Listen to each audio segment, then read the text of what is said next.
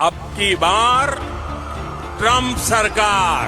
പ്രധാനമന്ത്രി മോദിയുടെ പ്രിയപ്പെട്ട സുഹൃത്ത് My friend Mr. Donald Trump.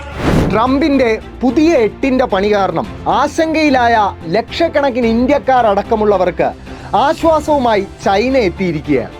My friend Trump തന്നിരിക്കുന്ന ഈ പുതിയ വിസ ഫീസ് വർധനവിന്റെ രൂപത്തിലുള്ള പണി ഏറ്റവും കൂടുതൽ ബാധിക്കുക ഇന്ത്യക്കാരെയാണ്.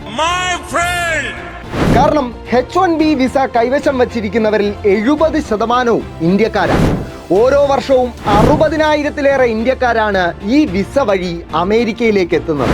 ട്രംപ് $1 ലക്ഷം ഫീസ് ഉയർത്തിയ അമേരിക്കയുടെ ഈ H1B വിസയ്ക്ക് പകരം K വിസയുമായാണ് ചൈനയുടെ മാസ് എൻട്രി. K വിസയുടെ ഫീസ് പരമാവധി $185 മാത്രമാണെന്ന് തന്നെയാണ് ഏറ്റവും വലിയ ആശ്വാസം. പുതിയ ട്രംപിന്റെ പ്രഖ്യാപനം പ്രകാരം H1B വിസയുടെ ഫീസ് $1 ലക്ഷം, അതായത് ഏകദേശം 89 ലക്ഷം രൂപ. ഇതിനു പുറമെ അമേരിക്കയിൽ 37% വരെയുള്ള വിസ ഹോൾഡേഴ്സിന്റെ നികുതി ചൈനയിൽ വെറും 15% മാത്രമാണ്.